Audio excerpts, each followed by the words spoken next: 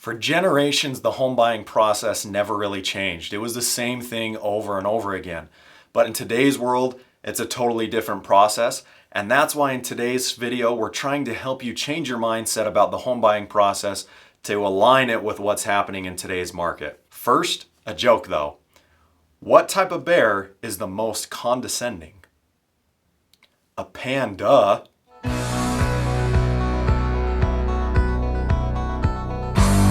First, let's talk about what the home buying process used to be like. Used to be that when sellers decided that they were going to sell their house, they would meet with a real estate agent. That real estate agent would pull up comparable home sales that happened in the last year within a 1 mile radius of that home to try and determine the sales price of the home.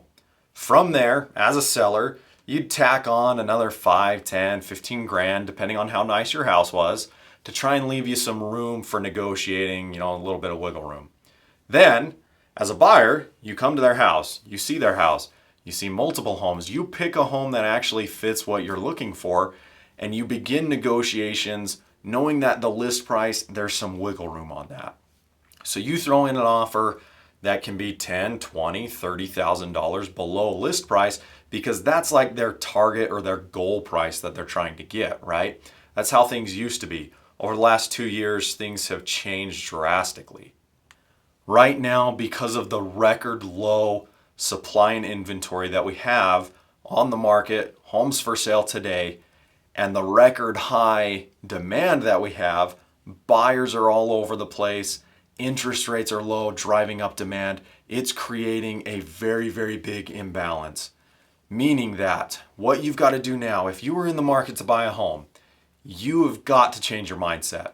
That list price is no longer like, oh, the seller would be happy if they could get this price for the house. Not the case anymore. It's not happening. You've got to change your mindset and think of that list price more as like an auction reserve price. Like that is the baseline price of where you should start thinking about an offer. But in all reality, because of how many offers they're going to get on that home, you need to be somewhere up here, right? You've got to offer way over list price if you want to be the one to buy that house.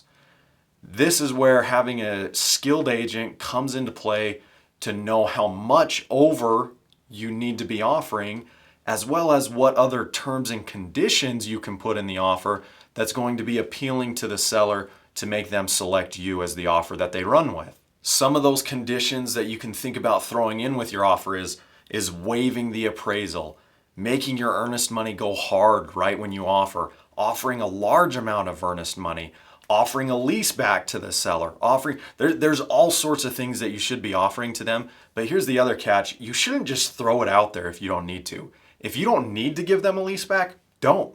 If you don't need to give them, an appraisal guarantee, don't. Certain sellers may be more interested in who you are as a buyer and who they're giving their house to than who's going to give them top dollar.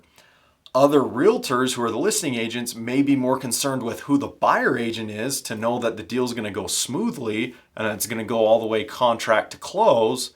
So they're going to be looking for an offer that more fits along the lines of the agent, the co-op agent that they're going to be working with. How do you know when you find the right house and you want to buy that house? How do you know which of these things to do? You ask. You call and you ask the listing agent, what is the seller looking for in an offer? What do they want?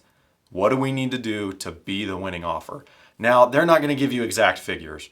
There's like a 1% chance they might tell you exactly what to offer to get the house. Highly unlikely.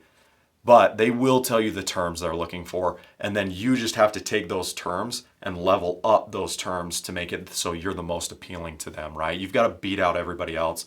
It's so competitive right now. I actually just heard of an offer. We had an offer on a house where there were 97 offers on one house in 5 days. 97. So you've got to be top offer out of 97 offers to get the house. It's tough out there. You've got to have a skilled agent helping you. I know that it's not hard to write up a purchase contract. It's not hard at all. But knowing what you need to offer to be the winning bid is what matters. Who you work with today truly matters. Give me a call if you're looking for a house. We know what it takes to get your home offer accepted, to be the buyer of that home, and to get you into the home of your dreams in today's crazy market.